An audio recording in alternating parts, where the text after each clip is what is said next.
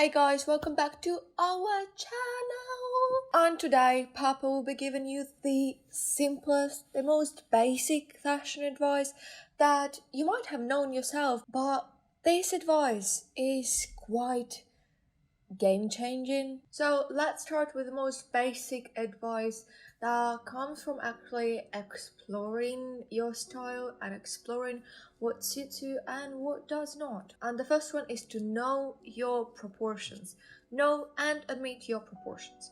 For example, my problematic area in my body type is actually, it's not my body type, it's just like I gained quite a lot of weight recently and I have a bit of problematic area around my stomach, the area that creates a bit of disproportion in my body. So I have a bit of belly fat, so it creates a bit of love handles and deep hips, and it is perfectly normal. It is perfectly normal if you're fine with that, it's okay. But for me personally, I feel like for my body type, it creates a bit of disproportion.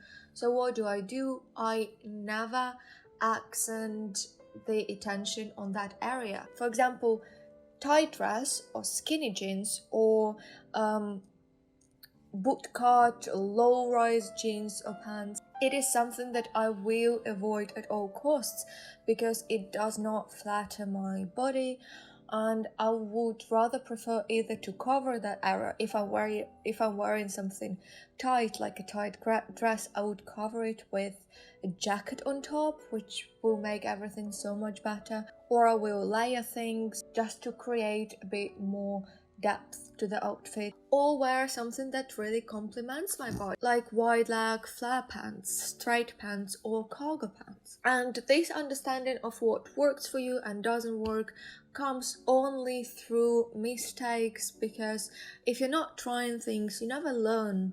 And that's the main thing that I want to let you know, that the way you can find your style and what fits you and not is by actually exploring and trying the new things. And this leads us to another advice, is to tailor your clothes. I don't know why, for some reason I was, for a long time, especially in my early students year when I just started living alone, I was avoiding tailors. Although before that, I used to get tailored clothes quite often because, I'm coming from a small town in Ukraine and, everyone. So my mom's friend had her own atelier, so we would get that and either get full school uniform tailored for me. Actually, both my homecoming and prom dresses were bespoke. Just bespoke tailored for me. But then when I moved out and started living on my own in Kiev, I kinda just forgot, not even forgot, I just didn't have time to care about tailoring the clothing. So for example, if I order something online, which is my main source of clothing, just online shopping, if I order something and it doesn't fit, there are only two options. I either wear it and it doesn't fit me. For example, it is too big in waist, or just doesn't sit well on my silhouette, or I'll just never wear it again. Until this day, I have massive box of things at home that are new, unpacked, that I couldn't sell, but they don't fit me, so I'm not wearing them either. But actually, if I just took them to the tailor like I do now with most of my clothing, because I love shopping at male section at all websites, and especially when you order pants, there is no way that male pants will fit you well unless there is stretchy band on top. And I just take them to the tailor and they take a bit of the waist and sometimes the length. I'm just thinking how many pieces I could have saved, and I could have saved myself from disappointment if I just took my clothes to the tailor. There is also another common misconception that is pricey, but I bet if you just put a little bit of time in there, you just ask your friends, you'll definitely find a good tailor in your town. Even I got a tailor here in Doha, which I thought would be super difficult to do, but it worked. And now everything that I got, almost everything, fits me. And another clothing cat tip that I ignored for like 20 years of my life, also mainly because I was thinking like that's a bit of a hustle to do that, or like it's pricey. I was really avoiding taking my clothes to the dry cleaners unless it was absolutely necessary, like taking winter coats.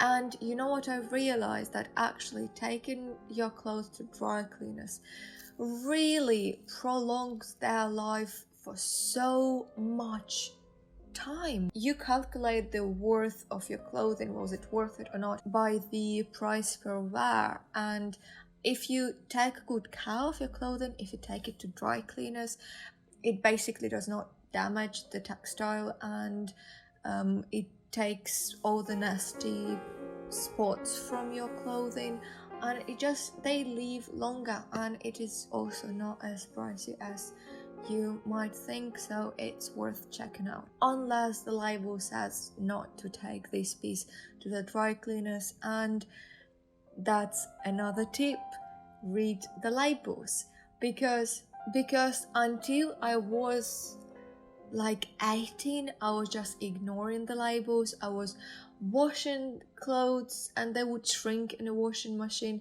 I would ironing clothes I was not meant to iron, and of course it would lead to so many ruined clothes, and you don't want to do that. You want them to look nice. That it doesn't matter whether you got it from fast fashion, whether it's expensive or cheap piece, it can stay good and look good for a long time if you take care of it. Actually, this video slowly turns into care tips for your clothing, but whatever. I feel like you need to know that. If you want your clothes to last longer but you don't want to take it to dry cleaners all the time, use steam iron.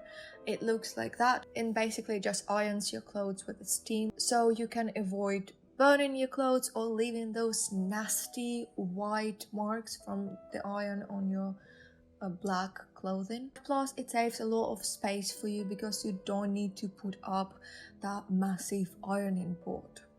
For today, I think that was everything that I wanted to discuss with you. I bet you knew most of these tips, but if you needed somebody to remind you about them or just encourage you to change slightly the way you take care of your clothes, you're very welcome. And hope you enjoyed this. Stay safe and